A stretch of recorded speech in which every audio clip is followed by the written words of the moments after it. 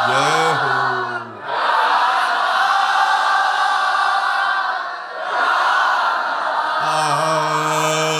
राधा राधा राधा राधा राधा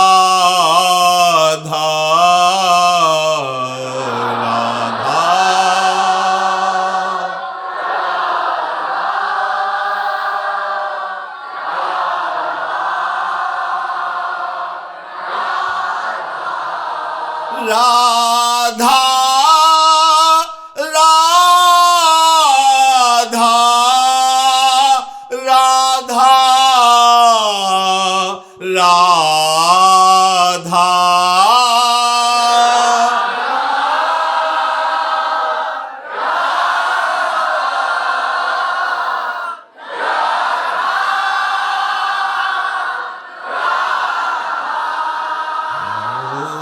राधा राधा राधा राधा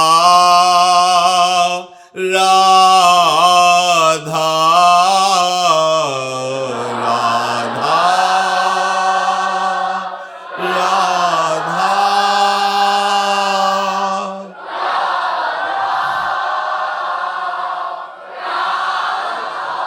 श्री राधा वल्लभ लाल की जय।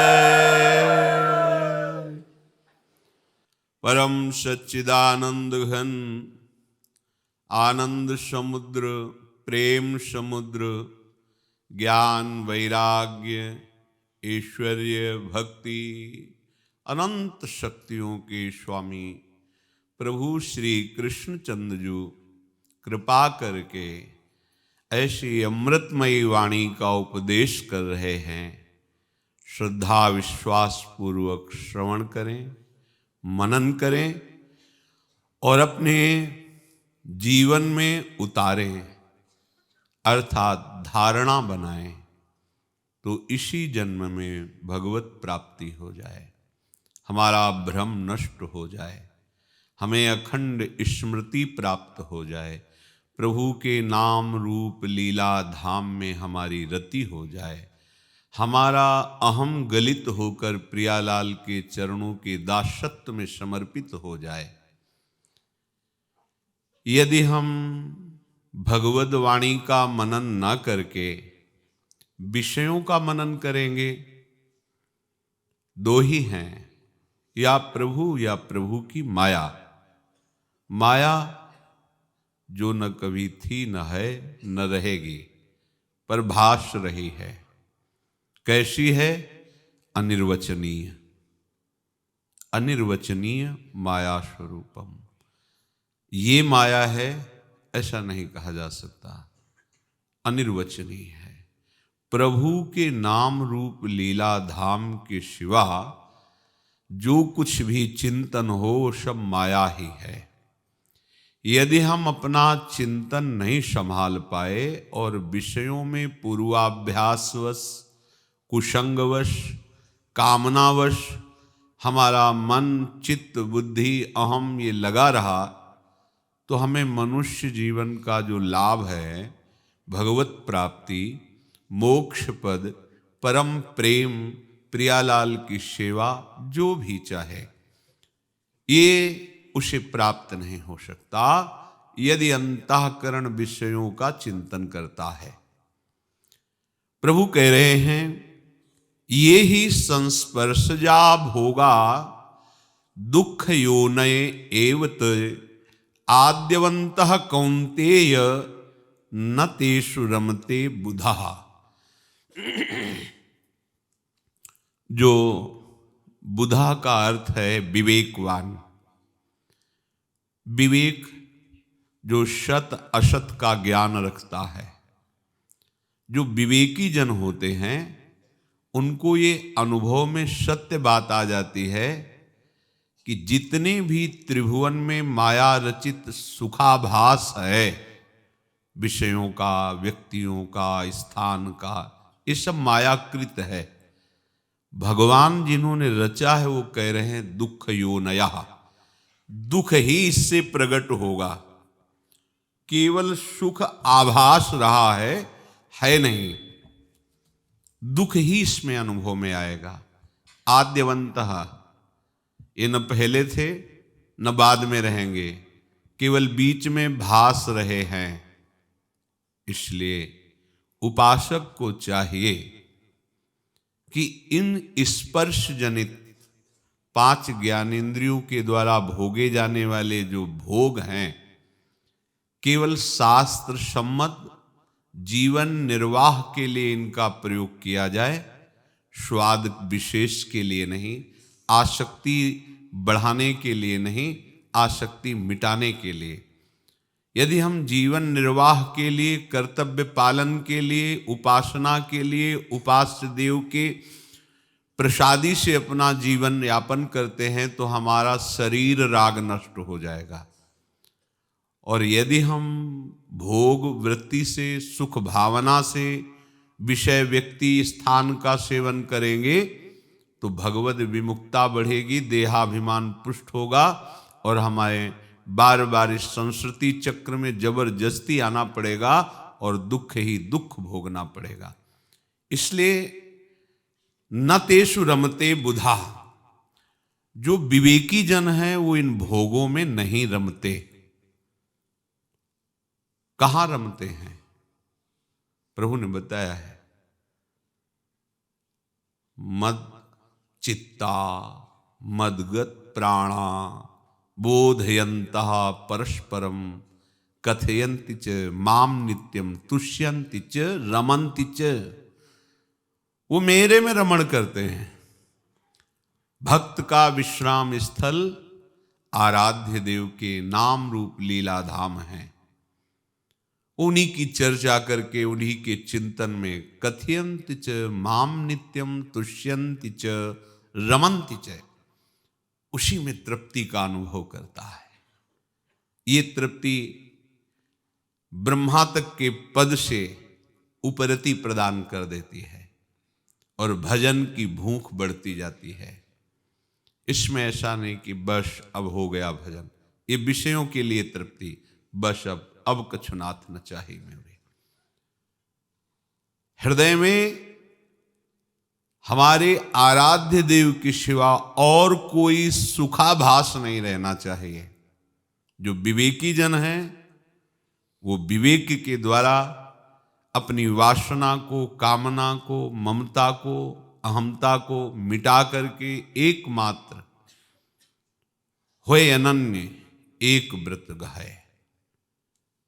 श्यामा श्याम श्यामा श्याम, इन्हीं के नाम में अपने चित्त को, इनके रूप में, इनकी लीला में अति लावण्य रूप अभिनय गुण नाहिन कोटि काम समतुलो, भ्रकुटि विलास हास रस वर्षत जय हित हरिवंश प्रेम रस झूलो।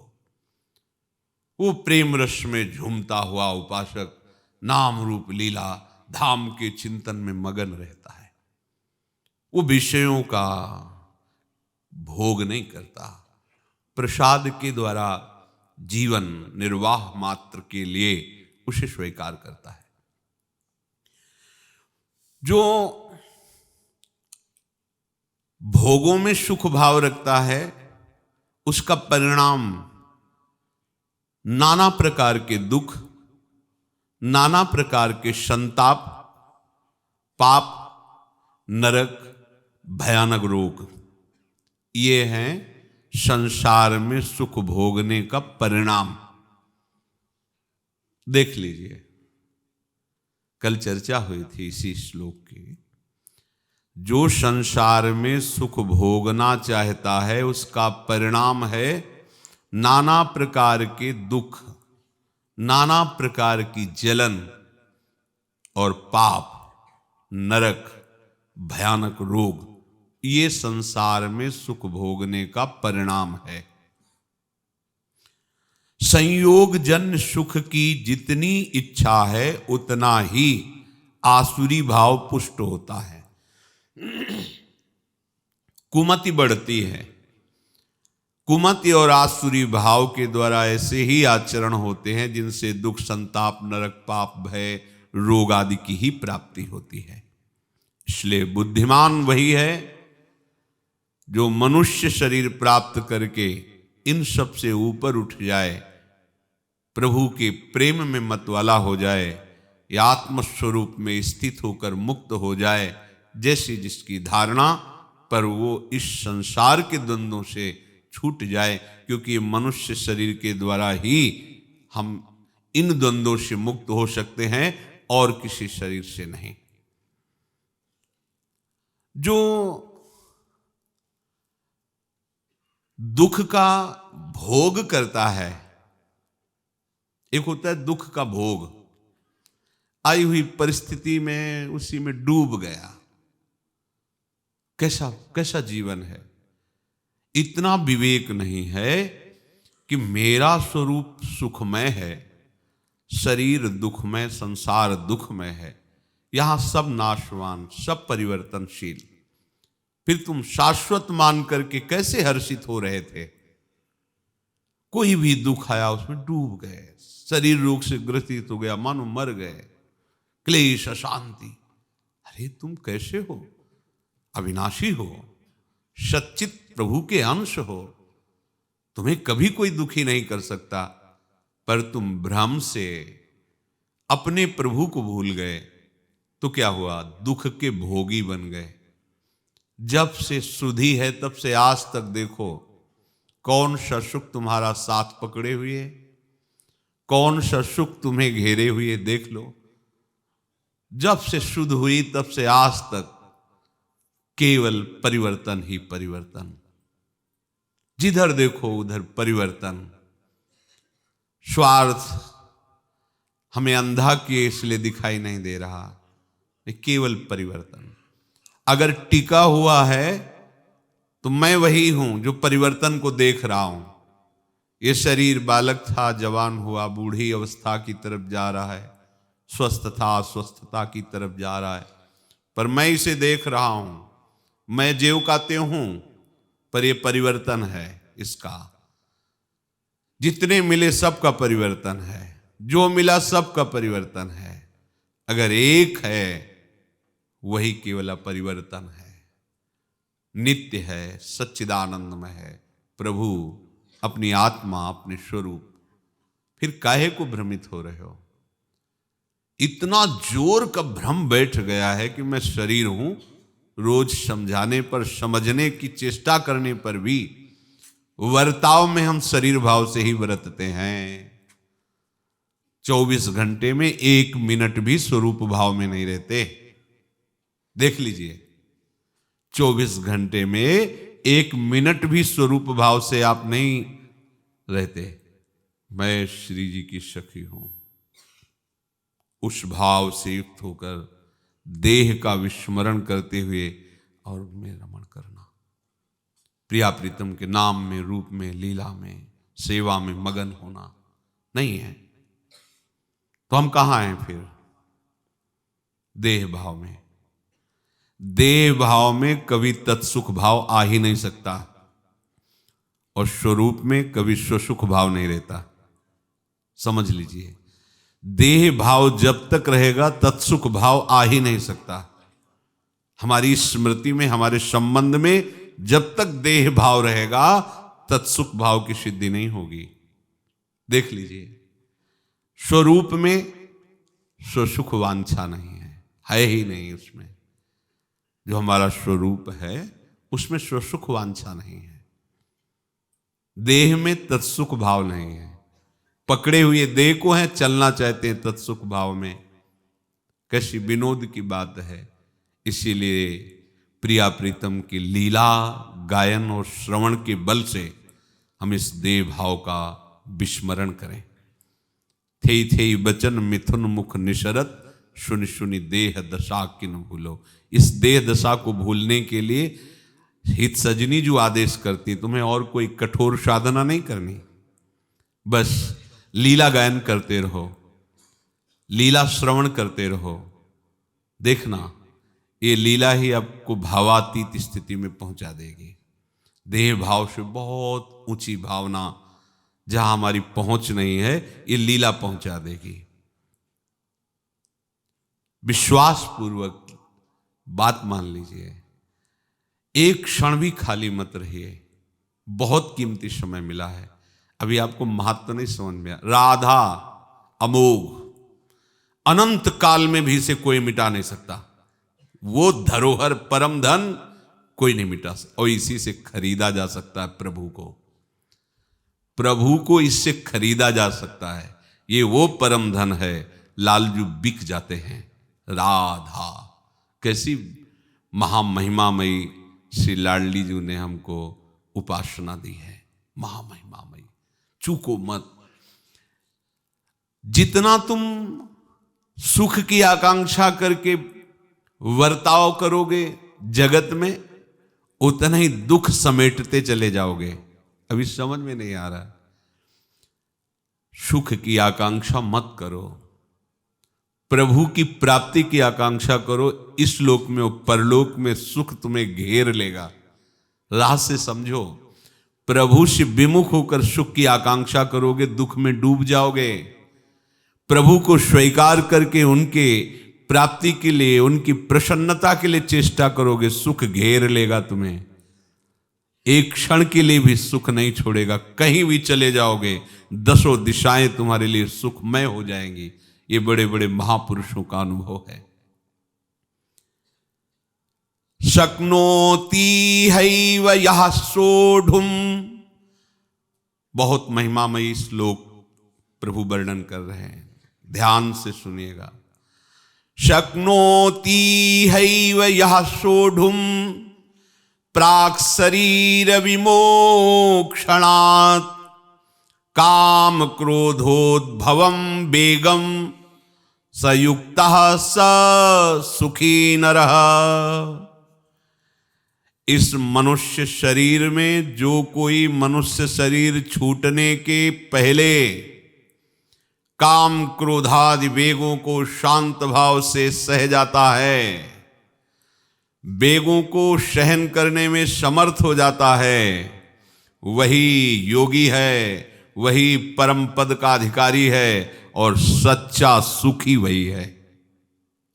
बात समझ लो। शरीर छूटने के पहले सब छूट जाना चाहिए। एक दिन तो शरीर छूटेगा ही, और इनका वार अंतःकरण पे है, तुम्हारे पे नहीं है। तभी तुम इन पर विजय प्राप्त कर सकते हो। बिल्कुल नहीं है। आपको छू नहीं सकता काम। आप ऐसी धातु से बने हैं कि काम क्रोध लोभ मोह मद मत्सर श्राप वरदान मंत्र तंत्र किसी का भी आप पे ऊपर कोई प्रभाव नहीं है। जो हमारा स्वरूप है,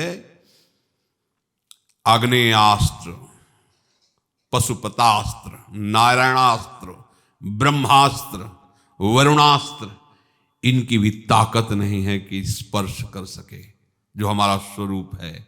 नयनम छिन्दन्ति शस्त्राणि नयनम दहति पावकः न चैनम क्लेदयन्त्यापो न शोषयति मारुतः।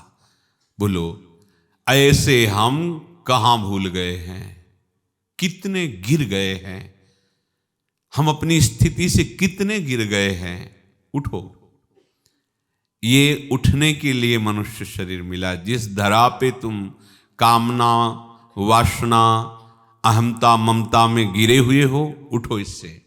नहीं और किसी योनि में उठने का चांस नहीं है। वहां तो केवल भोग ही भोगने प्रारब्ध के। यहां प्रारब्ध भोग भोगते हुए भी नवीन ऐसा पुरुषार्थ कर सकते हो कि आप अपने स्वरूप में स्थित हो जाओगे, आप परम पद को प्राप्त हो जाओगे। शक्नोति हैव यः सोढुम प्राक् शरीर विमोक्षणात्। प्राणी मात्र के अंदर भगवान ने एक सामर्थ्य दी है। जितना चाहे स्त्री शरीर हो चाहे पुरुष। देखो, जो लोग ऐसा कहते हो कि ये अधिकार अमुक शरीर को नहीं है, ये अधिकार अमुक शरीर को नहीं, प्रापंचिक बातों में हो सकता है। भगवत प्राप्ति में किसी के लिए कोई भी ऐसा विधान नहीं कि वो भगवत प्राप्ति नहीं कर सकता। कोई भी हो, पुरुष नपुंसक नारी वा जीव चराचर, कोई सर्व भाव भज कपट तज मोहि परम प्रिय सोई। ये पोशाक है, पोशाक, पुरुष की पोशाक, स्त्री की पोशाक, अमुक पोशाक। अंश वही चिदानंदमय है, न वो स्त्री है न पुरुष है। अगर आप परमार्थ के पथ पर चलकर भगवत प्राप्ति करना चाहते हो तो सबको भगवान ने भगवत प्राप्ति के लिए खुला द्वार दिया। साधन धाम मोक्ष कर द्वारा, सबके लिए।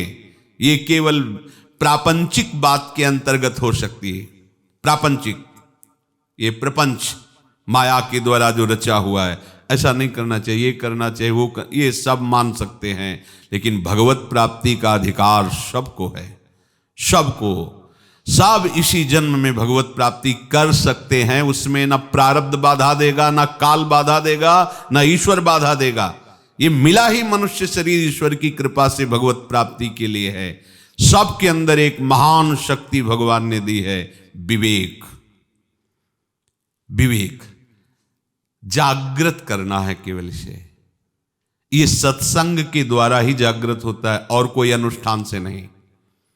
बिन सत्संग विवेक न होई, राम कृपा बिन सुलभ न सोई। गोस्वामी श्री तुलसीदास जी कह रहे, भगवान कृपा करके जब सत्संग देते हैं तो सत्संग से ही विवेक जागृत होता है, और कोई साधन नहीं। ये कोई आगंतुक शक्ति नहीं है विवेक, ये आपके अंदर है। जैसे कोई सोया हुआ पुरुष उसे जगा दे, ऐसे ही विवेक सोया हुआ है, उसको जगाना है। ये जो रोज सत्संग सुनते हो, ये मानो विवेक को जगाना। जितना विवेक जागृत होता जाता है उतना असत चिंतन, असत वृत्ति, असत क्रियाएं छूटती चली जाती हैं। ये विवेक पशु पक्षियों के हृदय में सुप्त रहता है, वो जगा नहीं सकते, विवेक नहीं है। विवेक केवल मनुष्य शरीर में जगाया जा सकता है सब जगह। जब प्रभु सब जगह है तो विवेक भी सब जगह है। और जब विवेक जगता है तो आराध्य देवमय होता है वो। श्री हरिवंश विवेक परम। जो विवेक है वो क्या होता है? हरिवंश स्वरूप होता है, वो प्रिया प्रीतममय होता है। ये एक विवेक ही। बुद्धिमान तो बहुत हैं, बहुत मिलेंगे, विवेकवान नहीं। बिन विवेक और वैराग्य भक्ति बिन सत्य नय को मानो। जो असली वैराग्य है वो विवेक से ही प्रकट होता है।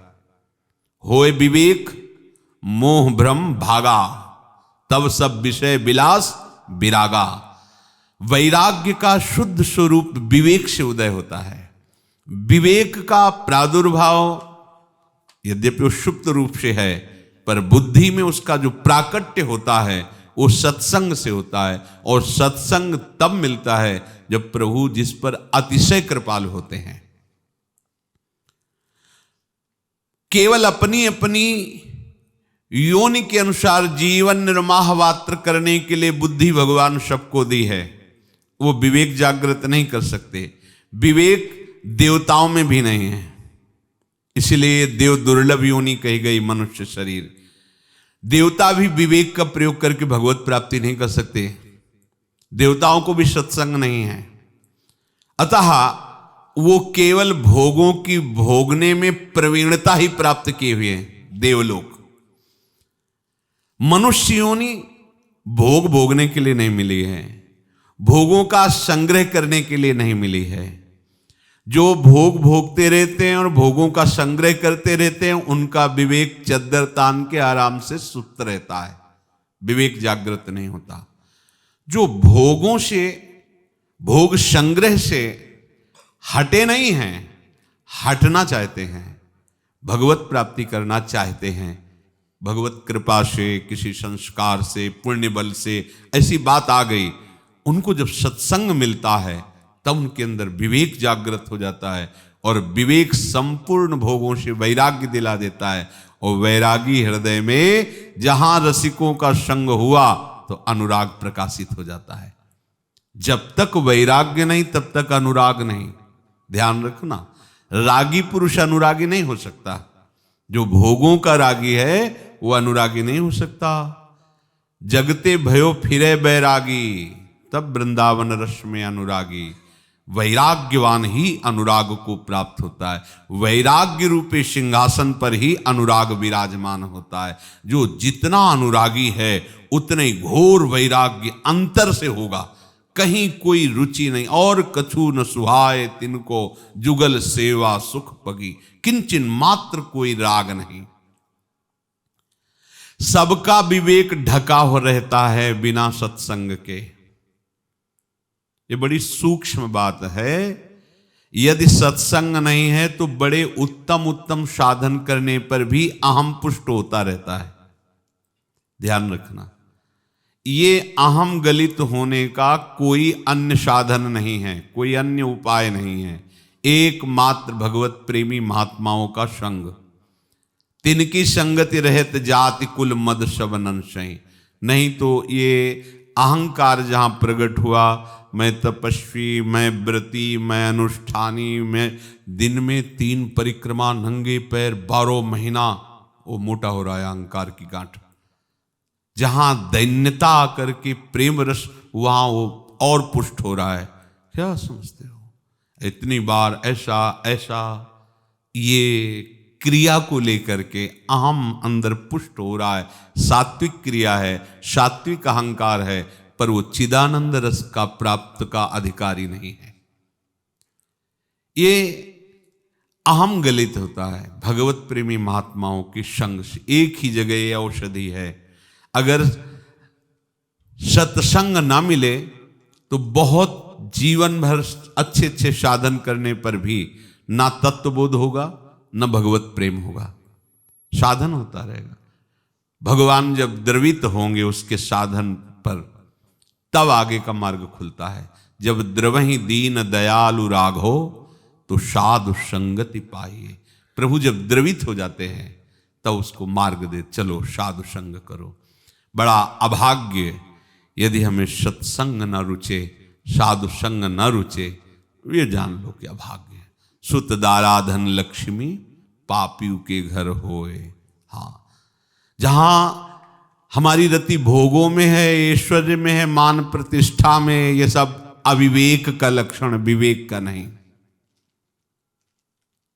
अगर हमारे हृदय में थोड़ा भी कहीं अहंकार है तो प्यारी जू की बात ही समझ में नहीं आएगी। ये अति दैन्य मार्ग है, अति दैन्य। ये दैन्यता बिना प्रेमी जनों की कृपा के नहीं आती। ये कहीं बाजार में नहीं मिलती। विवेक, दैन्यता, दैवी संपदा, इस भगवत प्रेमी महात्माओं के संग से स्वाभाविक आने लगती है। जब सत्संग की प्राप्ति हो और विवेक जागृत होने लगे तो बहुत सावधानी पूर्वक कुसंग का त्याग करो और अपने विवेक का महत्व दो। ध्यान दीजिए, जैसे भगवान की कृपा से भक्तों का संग मिलता है, ऐसे माया की कृपा से कुसंग भी फलीभूत होता है। दोनों की कृपा बलवती है, कमजोर नहीं माया की कृपा। माया जब कृपा करती है तो भगवान की छवि को चुरा लिया, मूर्ति को चुरा लिया, बेचते हैं और आसुरी भाव का आहार विहार करते हैं। क्या हुआ? माया की बड़ी कृपा है, उनको कहीं सांस नहीं लेने दे रही विवेक का। घोर अपराध पर अपराध। सावधान। जो आपको कृपा हुई उसको लौट कर एक बार देखो तो जरा। इससे भगवत प्राप्ति के लिए आपका उत्साह बढ़ेगा। आप पीछे जरा मुड़कर देखो, आप क्या थे। किसी से प्रमाण लेने की जरूरत नहीं होती। भगवत मार्ग में कोई बाहरी हमें सर्टिफिकेट नहीं दे सकता कि आप कितने क्लास में हो। जाने मोरी छाती, आपका हृदय आपको प्रमाण देगा कि आपके ऊपर कृपा कितनी है, कैसी है। पीछे मुड़कर देखो आप, और जहां खड़े हो यहां देखो, तो यहां से यहां तक आप कहां थे चलने में। वहां जहां खड़े थे कैसे थे, और यहां जाओ अब क्या है। तो बीच में जो कुछ हुआ उसका महत्व रखो। श्री जी ने कितनी कृपा की। हम जानते भी नहीं थे कि वृंदावन क्या है, ये सहचरी भाव क्या है, ये कुंज निकुंज की उपासना क्या है, बिल्कुल अनभिज्ञ, और दे दिया श्री जी ने। हम उनकी कृपा को नहीं मना पा रहे, उनकी कृपा का वर्णन नहीं कर रहे, अवहेलना कर रहे हैं। कृपा, क्या कृपा? जो प्रतिपल कृपा का वर्णन करता रहता है, आए हुए दुख सुख को सह जाता है और अपने आराध्य देव के चिंतन में मगन रहता है, उसे भगवत प्राप्ति ऐसे हो जाती जैसे पिता की संपत्ति का अधिकारी पुत्र हो जाता है। तो महत्व दो इस बात का कि आपके ऊपर कितनी कृपा है। ये बड़ी सूक्ष्म बात है। आप चाहे जितने कष्ट में हो, जब आप हृदय से स्वीकार करेंगे ना कि हमारे ऊपर कृपा है, तो तुम्हें दिखाई देगा कृपा है। और आप अभी से ना माने, अरे क्या कृपा है, कुछ नहीं, सब नाटक है, नास्तिकता आ जाएगी, परमार्थ से भ्रष्ट हो जाओगे। ये स्वीकृति से बात बनेगी। आपके ऊपर जो कृपा है, आप देखो, अगर श्री जी की कृपा ना होती तो इस समय तुम जगाए नहीं जगते, सोते रहते। श्री जी की कृपा ना होती तो तुम कितना प्रपंच में फंसे होते। विचार करके देखो, जीवन में नहीं निकल सकते थे, तुम कभी नहीं निकल सकते थे। ऐसा दलदल है माया का, बस हरि गुरु निकाले तो निकाले नहीं, यही समर्थ हाथ हैं जो पकड़ के निकाल सकते हैं, दूसरा कोई सामर्थ्यशाली नहीं कि निकाल सके। ऐसे राग की जंजीरों से बंध जाता है कि वो स्वयं नहीं निकलना चाहेगा, नहीं निकलना चाहेगा। एक कुछ समय संग किए तो कहा कि बस बेटी का ब्याह रह गया है, वो करके आ जाएंगे, आजीवन वृंदावन वास करेंगे। हो गया, बेटी का ब्याह हो गया और लड़के के लड़का भी हो गया। और वो जब बाबा कह के उनकी गोद में बैठता, तोतली बानी बोलता, फिर वो जब बहुत वर्षों बाद मिले तो हम कहा, आपने कहा था कि बेटी, हमारे बिना वो जो लड़के का लड़का है ना, वो किसी से शांत ही नहीं हो, तो हमारी गोद में शांत। अब देखा राग कैसा फंसाया। अब वो बच्चा है, अब कैसे हम छोड़ सकते हैं। अच्छा, वो बच्चा तैसे दूसरी बच्ची आई, वो तो माया ऐसे थोड़ी कि आपको फुर्सत दे देगी कि जाओ, ऐसे जाल बुनती जाती है कि अंतिम श्वास में भी वो कुछ बताना चाहता है कि बच्चा बर्बाद मत करना है जो हमने कमाई की है। वो अंतिम श्वास में भी उसको उपदेश देना चाहता है, खुद नहीं समझ रहा कि मैं ये सब छोड़कर जहां मुझे जाना चाहिए एक बार तो स्मरण कर लें, वहां की याद भी उसे नहीं आती। इसीलिए वो भोग संग्रह में आकर्षित होकर फंसा रहता है जीव।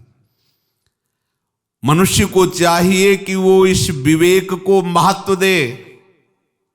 जो सत्संग में सुन रहे हो, और इस विवेक को महत्व देने की पूर्ण स्वतंत्रता है आप में। ना इसमें ईश्वर बाधा पहुंचा सकता है, ना काल, ना कोई भी विकार।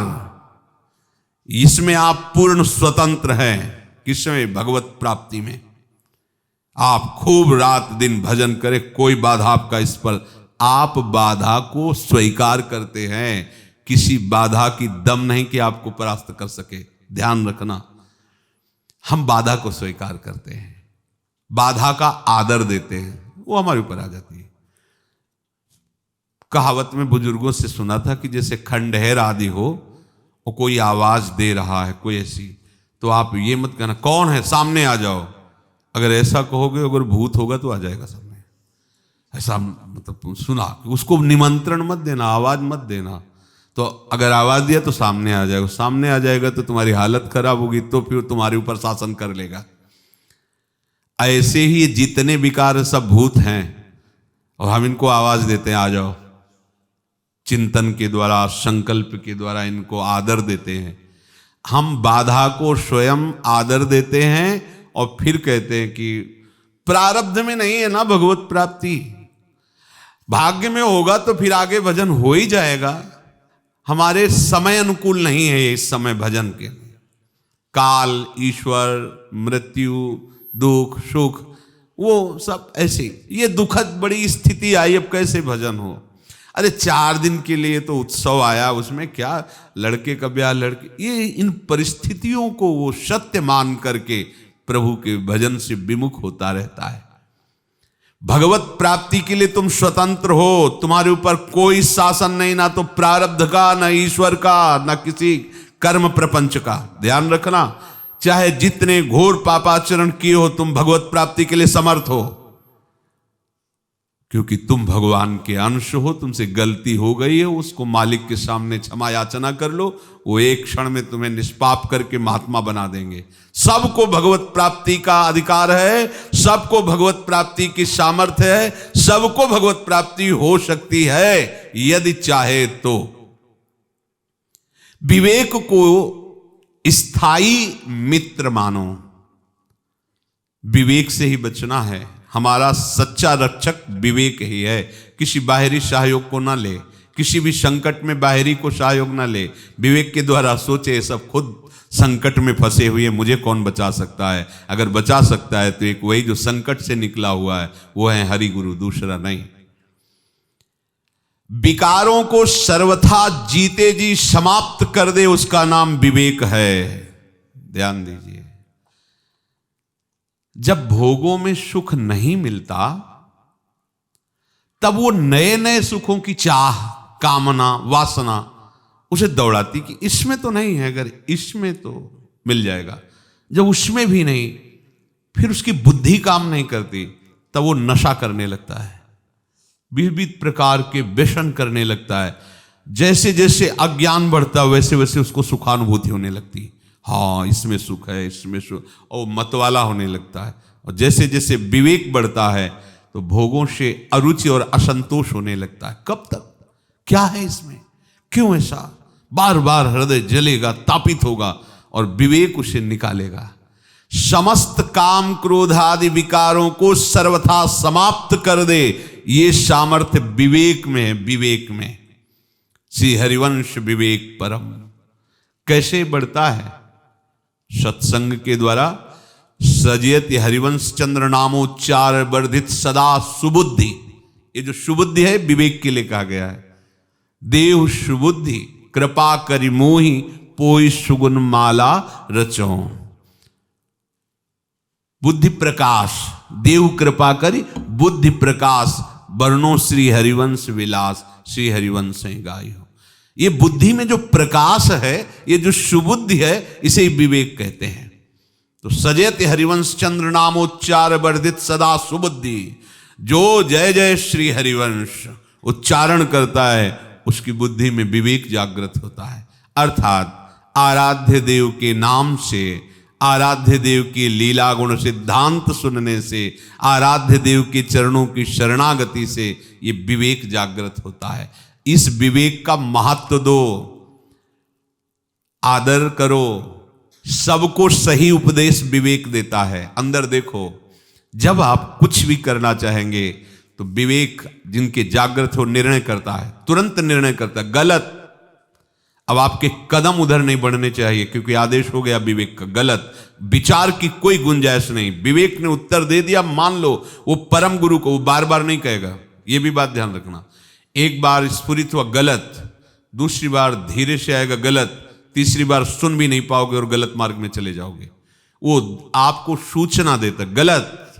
या जब वो विवेक जागृत होगा, हृदय में शीतलता, ये सही है।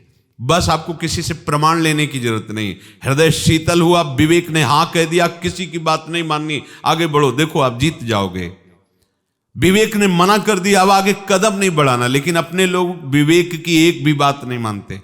देख लीजिए अंदर से, अंदर वो सूचना, आप गलत सोच रहे हैं, आपको ऐसे चलना चाहिए, आप उसकी मानते हो। एक मिनट में रौन करके मन की बात मानकर चल देते हो। नहीं, साधु वही है जो विवेक से चलता है, जो विवेक आज्ञा करता है उसके अनुसार वो चलता है। अभी हम वासना, कामना, इनकी आज्ञा से चलते हैं, विवेक से नहीं। विवेक से चलोगे तो प्रिया प्रीतम का निरंतर सानिध्य अनुभव करा देगा और समस्त विकारों को भस्म कर देगा। लिखा हुआ है, राग द्वेष काम क्रोध आदि विकारों को सर्वथा समाप्त कर दे, उसका नाम विवेक है। इनका अस्तित्व नहीं रह जाएगा। ऐसा अवसर दुर्लभ मिला है तुम्हें, भगवान तुम्हें सावधान कर रहे हैं। सावधान हो जाओ। शरीर छूटने के पहले ही तुम इन विकारों से मुक्त हो जाओ। और ये विकार सहन करने से नष्ट होते हैं, भोगने से नहीं। बात बैठा लो। मनुष्य शरीर भगवत प्राप्ति के लिए मिला है, इसलिए इसी शरीर में काम क्रोध सह सकते हो। किसी अन्य योनियों में नहीं सहने की सामर्थ्य है, अन्य योनियों में नहीं। इसी योनि में, इसी मनुष्य शरीर में एक सामर्थ्य है जो काम क्रोध आदि वेगों को सहन कर सकते हैं। जितना सहन करोगे उतने आगे बढ़ते जाओगे। सहत सहत बाढ़े भगति। मृत्यु का कुछ पता नहीं कब आ जाए।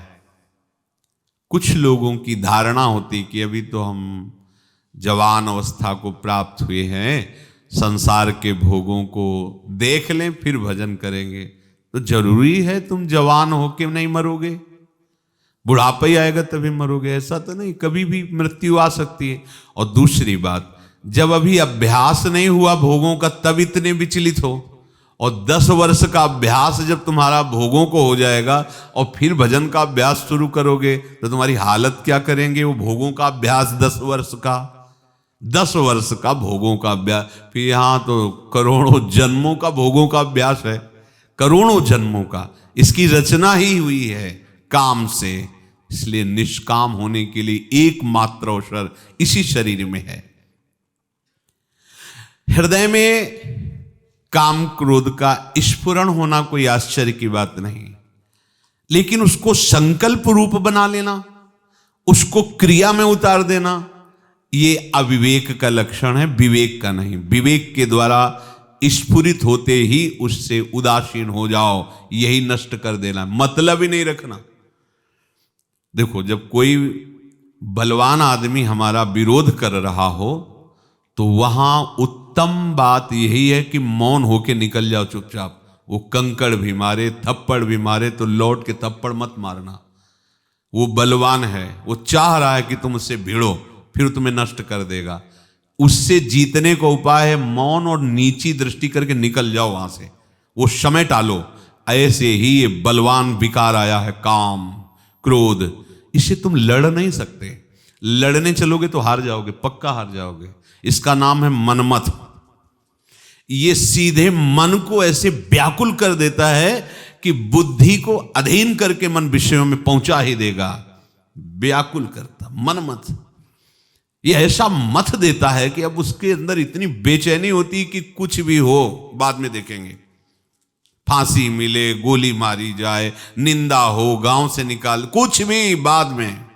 कोआ मदांधो मदना तुरोवा, व्याकुलता पैदा कर दिया मन, ऐसे मन को मथ दिया, अब वो नहीं टिक सकता। क्या करे? जैसे बलवान पुरुष के विरोध करने पर दैन्यता से निकल जाओ, भले 2-4 थप्पड़ मार दे, चुपचाप निकल जाओ, उसी में भलाई। ऐसे ही ये काम आया हृदय में तो उदासीन हो जाओ, ना इसका विरोध करो ना इसका आदर करो, ये नष्ट हो जाएगा। इसके नष्ट होने का उपाय, ना इसका विरोध करो ना इसका आदर करो। अगर विरोध करोगे तो जीत नहीं पाओगे। क्यों? क्योंकि पूर्वाभ्यास है, वो हमें परास्त कर सकता है। भगवान शंकर की समाधि भंग कर सकता है, तो हम तुम क्या चीज हैं? ध्यान रखना, नाम है इसका मनमत, प्रमथन स्वभाव वाला। ऐसे मथित बड़े बड़े की बुद्धि काम नहीं करती। क्या करना है? ये जब स्फुरित होता है उसी समय उदासीन हो जाओ, विरोध नहीं करना, मतलब नहीं रखना। इतनी चतुरता विवेक में होती है और किसी में नहीं होती। विवेक के द्वारा यह अंतःकरण में स्फुरित काम है। काम कैसा है? आद्यवंतः आगमापाइनो, ये नष्ट होने वाला। धैर्य पूर्वक राधा राधा राधा राधा राधा गया, टिक नहीं सकता। आद्यवंता भगवान कह रहे, ना पहले था ना बाद में रहेगा, ये बीच में भास रहा है। मात्रा स्पर्शास्तु कौन्ते शीतोष्ण सुख दुखदा आगमा पाइनो अनित्यास, ये नाशवान है, ये नष्ट हो जाएगा, अनित्य है। आगमा पाइनो, आया है अभी चला जाएगा। चुप शांत। जैसे दरवाजे पे कोई खूब गाली दे के जा रहा, आप खिड़की बंद रखो, दरवाजा बंद रखो, कितनी देर गाली देगा, चला जाएगा, फिर बाद में निकल जाना। ऐसे ही तुम्हारे हृदय में विकार आया है, क्रोध आया है, काम आया है, शांत हो जाओ, आड़ ले लो, दरवाजे बंद करो। ये आंख कान दरवाजे हैं, और राधा राधा राधा राधा राधा।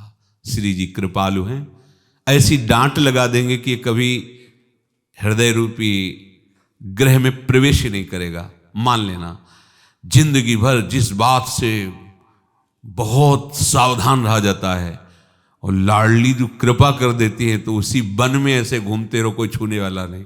कैसी उनकी अद्भुत महिमा। एक साधन पक्ष को देखा, एक कृपा पक्ष को देखा। साधन पक्ष में जीवन भर डरते रहो उस बात से, और जब कृपा पक्ष आता है तो पीठ में उनका जब कर कमल वरद हस्त होता है, घूमो इस संसार रूपी वन में, कोई छू नहीं सकता तुम्हें, कोई नहीं छू सकता, कोई तुम्हें परास्त नहीं कर सकता। जहां लाडली जो मृद मुस्कान से देख ले, फिर उसे कौन देख सकता है, किसी की ताकत नहीं। हरिराम व्यास जी ने लिखा है, जैसे सिंह और सिंहनी के बीच में बैठा हुआ शावक गर्व में रहता है, ऐसे ही श्यामा श्याम के शरणागत को कौन देख सकता है। किसकी ताकत है कि उसका बाल बांका भी कर सके, जो श्यामा श्याम के चरणों का आश्रय लिए हुए है। प्रभु कह रहे हैं कि एक ही कार्य है, शरीर छूटने के पहले तुम में सामर्थ्य आ जाए कि तुमने सारे विकारों पर विजय प्राप्त कर ली। विजय प्राप्त करना लड़ना नहीं है, उदासीन है। उदासीन लड़ने से विजय प्राप्त नहीं कर पाओगे। क्यों? इसलिए नहीं कर पाओगे कि तुम्हारी लड़ाई का जो अस्त्र है वो है भगवत चिंतन, और जब तुम उसका चिंतन करोगे तो तुम्हारा अस्त्र तो छूट गया, और बिना अस्त्र के तुम्हें मार के फेंक देगा, गिरा देगा। अब क्या करना है? हमारा अस्त्र है भगवत चिंतन। तो हम शुरू किए राधा राधा राधा राधा राधा। अब वो अंदर आपको पेश करेगा, रूप पेश करेगा, क्रिया पेश करेगा, उसका सुख आपके अंदर ही ये आकर्षण पैदा करे। आपको बिल्कुल नहीं सुनना, विरोध नहीं करना, बस राधा राधा राधा, किसी से कहना नहीं, कोई चेष्टा नहीं करना, वो अपने आप शांत हो जाएगा। एक बार जब वो आवेश में आता है आप सह गए, दूसरी बार उतना आवेश उसका नहीं होगा, धीरे धीरे धीरे धीरे स्फुरण भी चला जाएगा और प्रियालाल का निरंतर स्फुरण होने लगेगा। जब ये काम क्रोध स्फुरित नहीं होते तब हमारी लाडली जो आती है, ध्यान रखना, श्री राधिका स्फुरतु में हृदय के सिंधु, श्री लाडली जू का फिर स्फुरण होता है हृदय में। तो ये आचार्य, सदगुरुदेव, शास्त्र, वाणी, ये सब श्री जी के योग्य हमारे हृदय को बना रही। हमें सहना होगा, उदासीन भाव से सहना होगा। सहने से ही ये नष्ट होते हैं, ना विरोध करने से और ना आदर करने से। शरीर छूटने के पहले ये हर उपासक को स्थिति कर लेनी चाहिए, कोई भी विकार तुम्हें परास्त न कर पावे। उस वेग को सह लेना चाहिए। काम क्रोध के वशीभूत होकर शरीर से क्रिया करना मानो हार जाना है।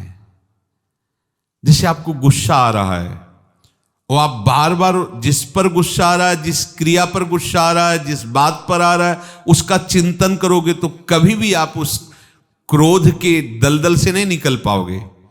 और आप उसी समय, आपका अस्त्र है भगवत चिंतन, उसी समय चिंतन में गाढ़ अवस्था लाओ, अंदर ही अंदर भगवत चिंतन, तो वो हमारा चिंतन सत्य होने के कारण क्रोध असत है वो दब जाएगा और धीरे धीरे शांत हो जाएगा, आपका हृदय शीतल हो जाएगा।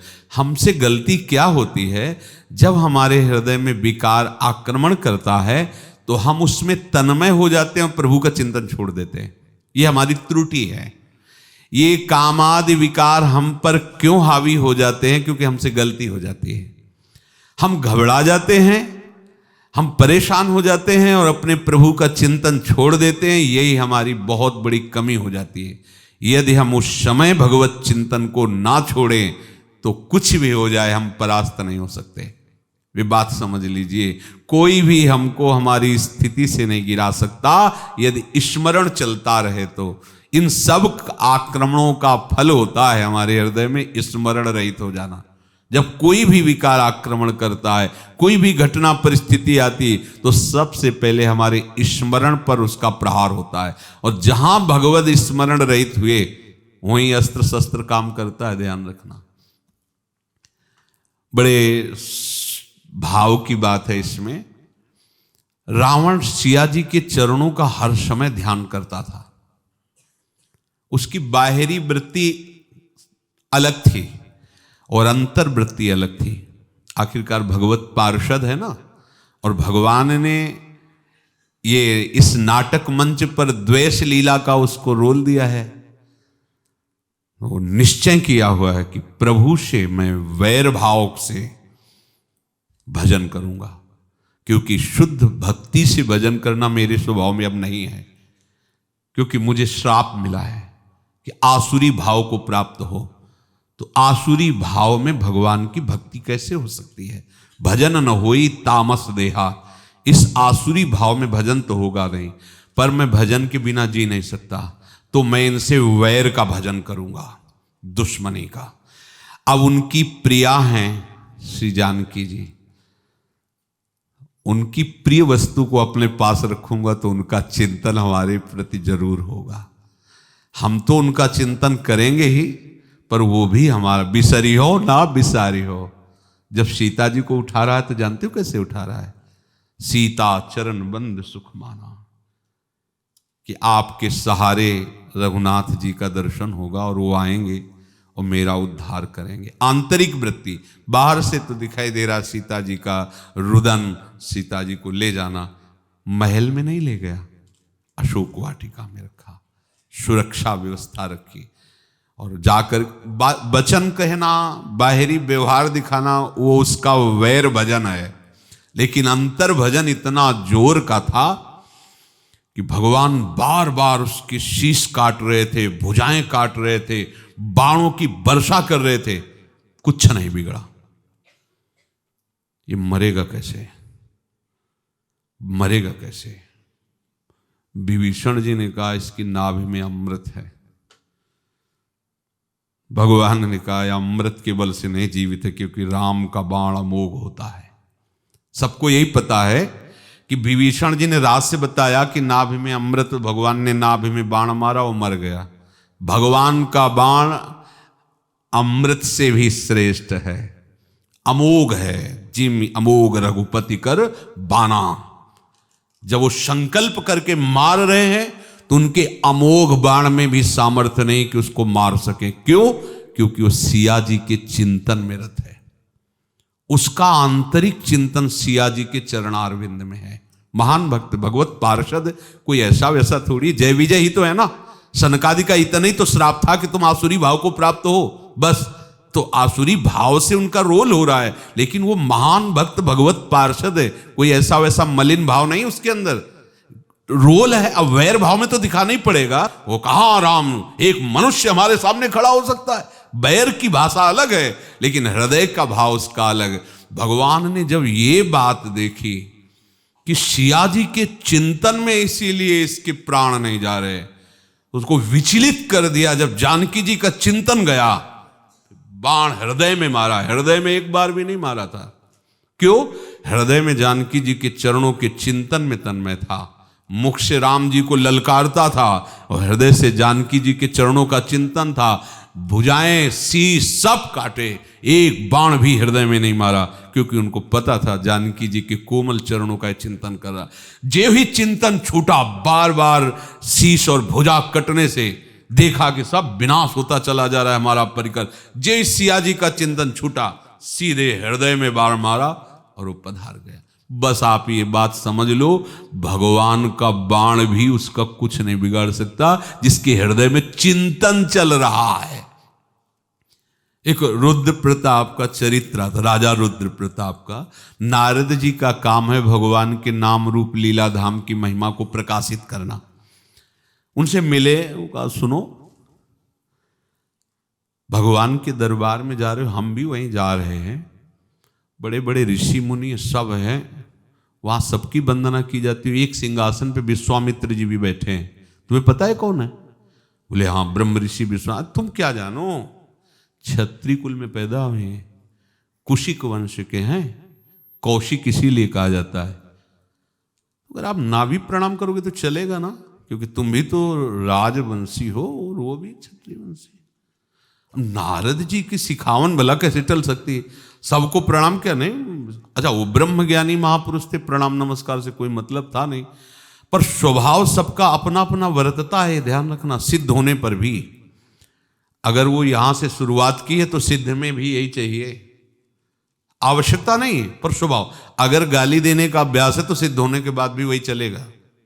जैसी रहनी, जैसा तो वो वैसे ही दिखाई देगा। वो स्थिति है, जैसे एक वर्णन आता है, राक्षसी जब ब्रह्म ज्ञान से सिद्ध हो गई तो वो आहार कोई फल फूल का नहीं करती थी, आहार वही करती थी, और सर्वम खलविदम ब्रह्म की अनुभूति थी उसको।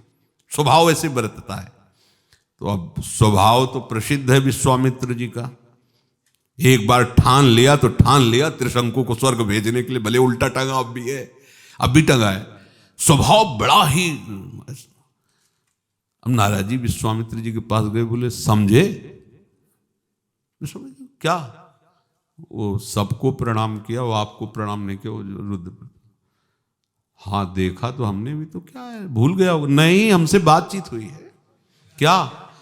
वो कह रहे थे कोई ब्रह्म ऋषि कहने से थोड़ी हो जाता है ब्रह्म ऋषि। जन्मे तो कुशिक वंश में क्षत्रिय विश्वामित्र जी, अरे प्रमाणित है, वशिष्ठ जैसे ब्रह्म ज्ञानी ने मुझे प्रमाण दिया ब्रह्म ऋषि का है, और शास्त्र प्रमाणित मैं ब्रह्म ऋषि हूं, ऐसा कैसे कह दिया?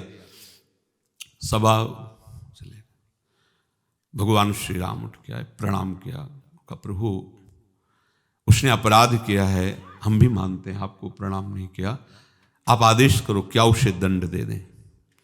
बोले संध्या काल होते होते, सूर्यास्त होते होते उसका शीश हमारे चरणों में आ जाना चाहिए।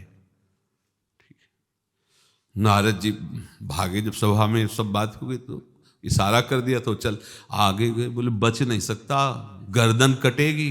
राम जी ने संकल्प लिया है, सूर्यास्त होते होते पहुंच जाएगी तुम्हारी गर्दन। बोले फंसा दिया ना, हम तो साष्टांग प्रणाम करते, आप ही तो मना किए थे। अब बोले अब तुमको बात बताई थी, अब तुम मान लो ना मान लो, तुम्हारी मत की बात है, अब बात तो फंस गई है। बोले अब क्या करें? प्रभु राम जी के बाण से बचने की सामर्थ्य किसकी हो सकती है? काल भी भयभीत हो जाए। उनका देखो एक उपाय है, अंजनी माता है, हनुमान जी की माँ है, वो बड़ी भक्ता है, उनके चरण पकड़ लो, अगर वो तुम्हें जीवन दान दे दे तो भगवान भी नहीं मार सकते। चलो हम पहुंचाते हैं। वो बैठी जाओ, गए चरणों में, माता मेरी रक्षा करो, रक्षा करो। सरल हृदया और वैसे ही महान भागवत। क्या क्या भय है तुम्हें?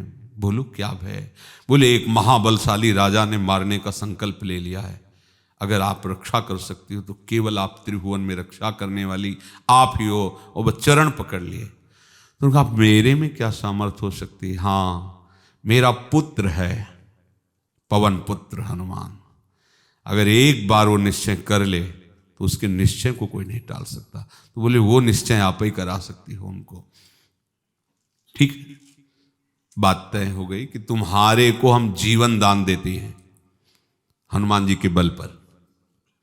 जाओ निश्चिंत हो जाओ, चाहे जितना बड़ा पृथ्वी का कोई राजा, ये नहीं कहा कि भगवान श्री राम, ये कहा पृथ्वी का कोई कितना भी बलशाली राजा हो, हमारे वीर पुत्र के सामने घुटने टेक देगा, और जब वो रक्षा के लिए खड़ा होगा तो कोई तुम्हें मार नहीं सकता, निश्चिंत रहो।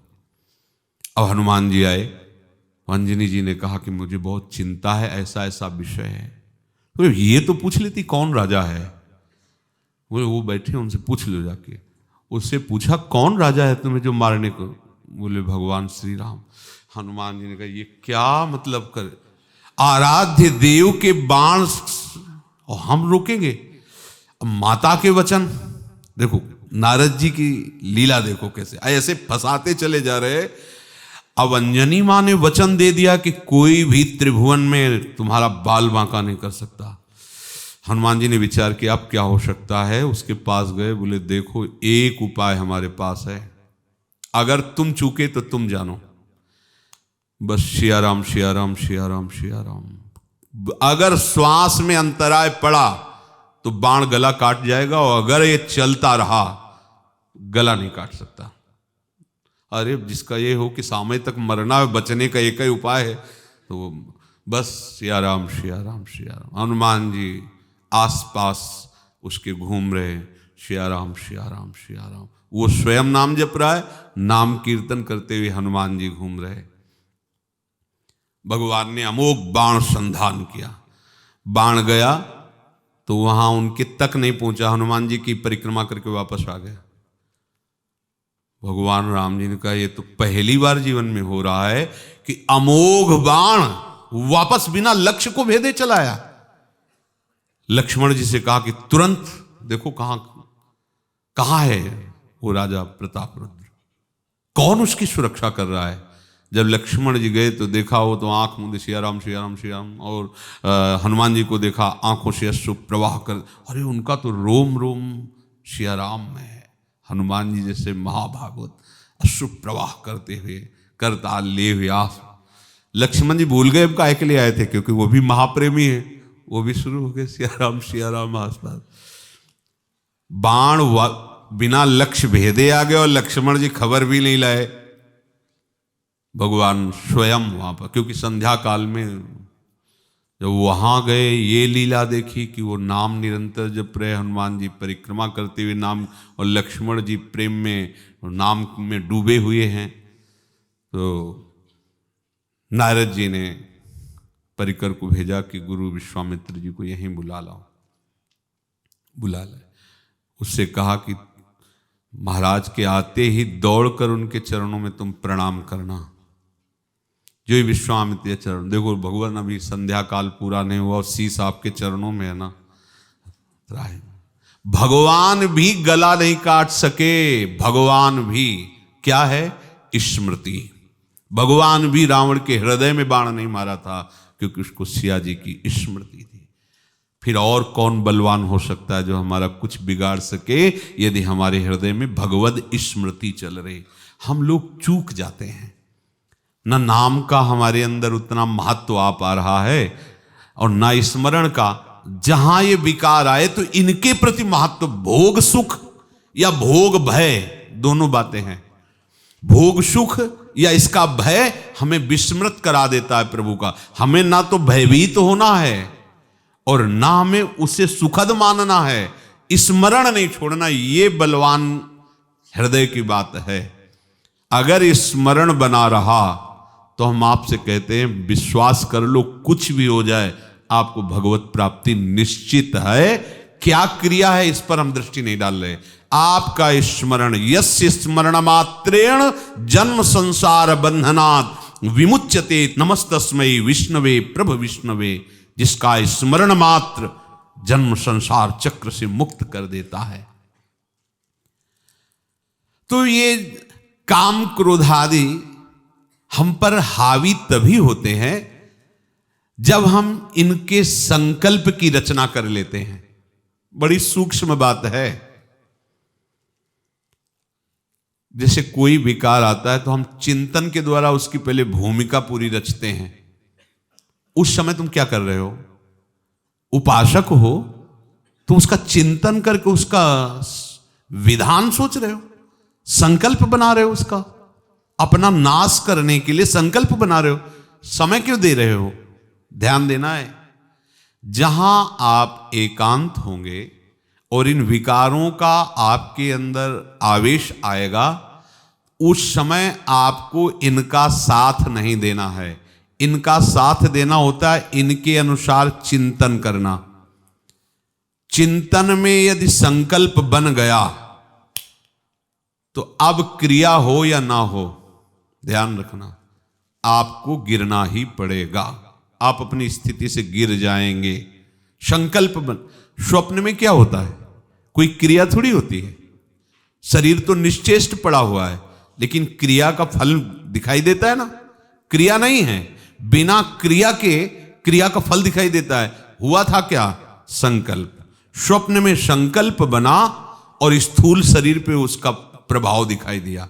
अगर संकल्प बन गया तो क्रिया हो या ना हो, आप संयम से नहीं रह पाएंगे। ये बड़ा आंतरिक विषय है। इसलिए काम क्रोध के संकल्प को ही ना बनने दिया जाए, ये चतुरता है। संकल्प कैसे बनता है? भगवत चिंतन छोड़कर उसमें महत्व बुद्धि करके उसको भोगने की लालसा से जो हम एक भूमिका बनाते हैं, चाहे किसी संबंध से या किसी क्रिया से, कैसे भी कितनी अज्ञान की वृत्ति है कि हम ऐसे दृश्य देखने लगते हैं जिससे काम संकल्प बने, ऐसी वार्ता करने लगते हैं, ऐसा चिंतन करने लगते हैं, ऐसी क्रिया करने लगते हैं, और हम परमार्थ की ऊंचाई पर चढ़ना चाहते हैं। कैसे हो सकता है? आपने समय कैसे दे दिया? आपने ये समय कैसे दे दिया? आप इतने खाली कैसे रहे? आप इतने अविवेकी कैसे हो सकते हैं कि आप अपना नाश अपने ही हाथ से करने के लिए तैयार हो गए? यह ध्यान देने का विषय है। काम क्रोध के संकल्प को रोकने का उपाय है अपने में काम क्रोध को ना मानना, उसका चिंतन ना होने देना। चिंतन श्री जी का काम दुख निकंदनी जड़ से नष्ट हो जाएगा। चिंतन श्रीमद चतुरासी जी का भवजल निधि को नाव, काम पावक को पानी। जैसे अग्नि में पानी डालो झप से बुझ गया, ऐसे चतुरासी जी का चिंतन काम को जड़ से नष्ट कर देगा। आप चिंता मत करो, आप चिंतन करो प्यारी जू के चरणों का नाम। बात फिर दोबारा कह रहे हैं, याद कर लो, चिंतन बना रहा तो कुछ भी हो जाए आपको भगवत प्राप्ति होगी। ये बात पकड़ लीजिए, चिंतन राधा राधा, ये भगवत प्राप्ति होगी। अब जिम्मेवारी है आराध्य देव की। अगर कोई यहां हम बैठे हैं, आकर हमें कोई पीट के चला जाता है तो हमारे मालिक की जिम्मेवारी, आपकी आज्ञा के बिना आ कैसे गया? आप सर्व सामर्थ्यशाली हैं, आप सर्वज्ञ, आप जानते थे इतने बजे आएगा, ऐसा करेगा। तो आपकी रुचि है तो आप पिटवा रहे हो, आपकी रुचि नहीं तो कैसे कोई पीट के जा सकता है? ऐसे ही अब ये हृदय श्री जी के लिए है। अब अगर इसमें काम क्रोध आदि के आके अपना आतंक मचा रहे तो महाराज जी जाने, जो लाल लाडली हैं, ये युगल सरकार जाने। अपने को उनका चिंतन नहीं छोड़ना। हम गलती तभी अपनी स्वीकार करते हैं जब हम चिंतन छोड़ देते हैं श्री जी का, तब लगता है कि हमसे चूक हो गई। अगर चिंतन चल रहा है तो आप देखना, आप इतनी ठसक में रहेंगे कि सावधानी हमारी तरफ से पूरी है। आगे की बात आप जानो, आप अपनी तरफ से गलती मत करना, संकल्प मत बनने देना, चिंतन के लिए समय मत देना काम क्रोध आदि को, और कोई क्रिया में सहयोग मत दे देना। आप चिंतन श्री जी का, नाम श्री जी का, फिर आप चमत्कार देख लो।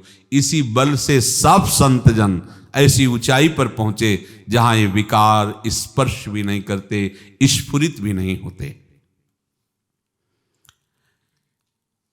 हमारे साथ ये कभी रह नहीं सकते, हमको कभी ये परास्त नहीं कर सकते। ध्यान देना, हमारे ये स्थायी नहीं है, हम इनको स्थायी बनाते हैं। जहां संकल्प बनाया, चिंतन बना, दिन भर इसी का चिंतन होगा और इसी का चिंतन पूरे जीवन भर होता रहता है। काम, कामना, वासना, बस ये खा लें, ये देख लें, ये सुन। काम का केवल एक इंद्रिय से संबंध नहीं, सब इंद्रियों से पूरा कामात्म स्वरूप हो जाता है। बस ये चिंतन चलता रहता है। कैसे बचोगे? चिंतन से। अनन्यस चिंतयन्तो माम, सही उपाय चिंतन, किसी के सहयोग की जरूरत नहीं। बोले अगर 4 लोग हमारे पास रहें, जैसे एक उपासक ने कहा कि अकेले कमरे में रहते हैं तो हम परेशान हो जाते हैं, अगर 2-4 के बीच में रहेंगे तो गलत चिंतन, तुम्हारा गलत चिंतन। बाथरूम में कई लोग खड़े रहेंगे आपके साथ, कई लोग रहेंगे। कितनी जगह ऐसा है जहां आप अकेले हो सकते हैं। आप अकेले कभी न रहें, आपको ऐसा गुरुजी ने साथी दिया है। ये जो मंत्र है, जो नाम है, जो प्रियालाल है, ये ऐसे साथी कभी हटते थोड़ी है, कहीं भी नहीं हटते। आप इनको देखो तो आप अकेले हो क्या? आप माना सिंहासन विराजमान है और भाव से यहां देखो, यहां तुम्हें गलत बोलने की भी सामर्थ्य नहीं रहेगी।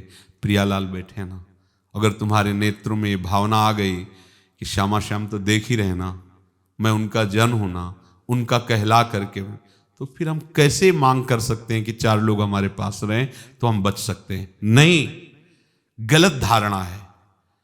श्यामा श्याम को अपना सच्चा साथी मानो, सच्चा प्रीतम मानो, वो हर जगह आपके पास है। आप ये व्यक्ति के सहारे जीवन मत काटिए कि ये व्यक्ति साथ रहेगा तो हम बच जाएंगे। ये बाहर की बहिर्मुखता है, नहीं बच पाओगे। लिख लो। आपको जब स्वयं नहीं बचने का इरादा है तो व्यक्ति नहीं बचा सकता, रात दिन आपके पास रहे तो भी नहीं बचा सकता। और आपका बचने का पक्का इरादा है तो आसपास विषय भी रहे तो आपको भ्रष्ट नहीं कर सकता, क्योंकि आपने निश्चय किया है। हमारा निश्चय, हमारा संकल्प गलत हो रहा है। सुख बुद्धि से विषय को हम समय दे रहे हैं, क्रिया को समय दे रहे हैं, चिंतन को समय दे रहे हैं, संकल्प बनने दे रहे हैं। मान जाइए, समय आपके पास नहीं होना चाहिए। भरी सराय रहीम लखे आप पथिक फिर जाए। एक काम क्रोध आदि प्रणाम करके चले जाएंगे कि अब रात दिन इतना समर्थ पहरा लगा है, हमारा प्रवेश भी नहीं हो सकता। नाम पाहरू दिवस निसी, रात दिन नाम का पहरा है और ध्यान तुम्हार कपाट। दरवाजे बंद, हर समय प्रिया प्रीतम का चिंतन हो रहा है, ये दरवाजे बंद हो गए, अब कहां प्रवेश करेगा?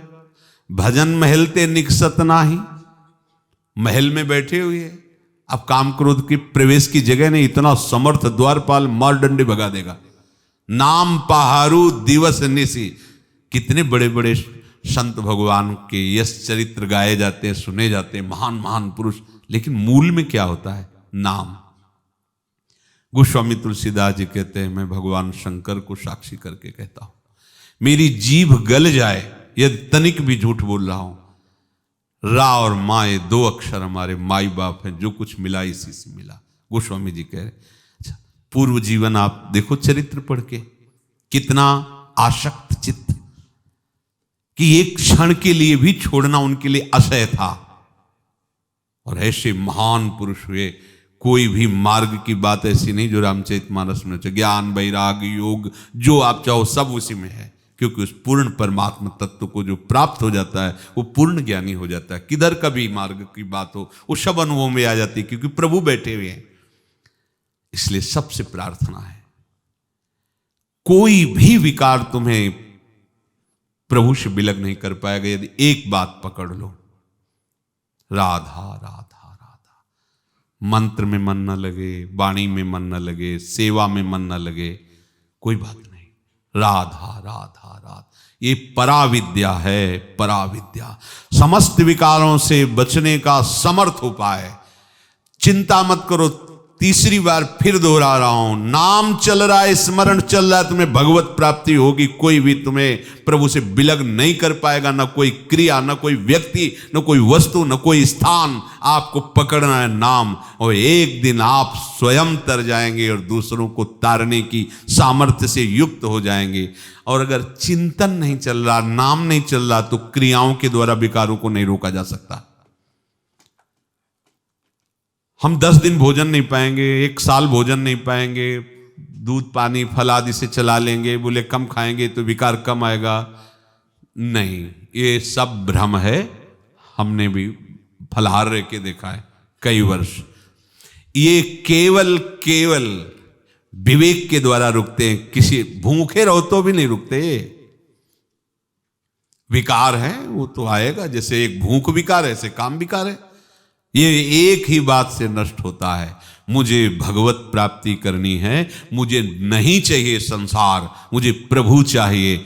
और ये केवल बात कहने से नहीं होगी, इसका आचरण होना चाहिए। निरंतर भजन, सुमिर सुभजे सु निरंतर। बस भाई, ऐसी स्थिति आएगी कि कोई परास्त नहीं। देखो, ठाकुर हरिदास जी के पास और कोई साधन नहीं था, एकमात्र नाम, उच्च स्वर से नाम कीर्तन।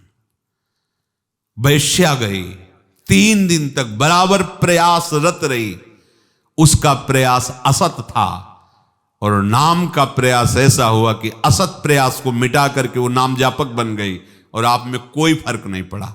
ये किसकी सामर्थ्य थी? नाम की। जितने बड़े बड़े महापुरुष हुए हैं सब नाम से हुए। मान लीजिए, कोई भी विकार, कैसी भी परिस्थिति पैदा करे, नाम चल रहा है तो तुम्हें कोई नष्ट नहीं कर सकता। बस ये बात समझ लो। झुक सकते हो, गिर सकते हो, फिसल सकते हो, नष्ट नहीं होगे। नाम है, इतना सामर्थ्यशाली है, वो आपको पहुंचा देगा। अब नाम का प्रयोग करके पापाचरण में रत होना अलग बात हो गई। नाम का निरंतर आश्रय लेकर भगवत प्राप्ति करना, फिसल भी गए हो तो भी तुम्हारा कोई नहीं बिगाड़ सकता। नाम साथ है, वो तुम्हें सामर्थ्य देगा सब। और फिसलना तभी हो सकता है जब अहंकार होगा। कीन हो इस कबहू अभिमाना, सुख हो वंचा कृपा निधाना, नहीं तो करो सदा तिनके रखवारी जिम बात। इसलिए निरंतर स्मरण परायण रहो, अंतर न पड़ने पावे भजन में। श्री राधा वल्लभ लाल।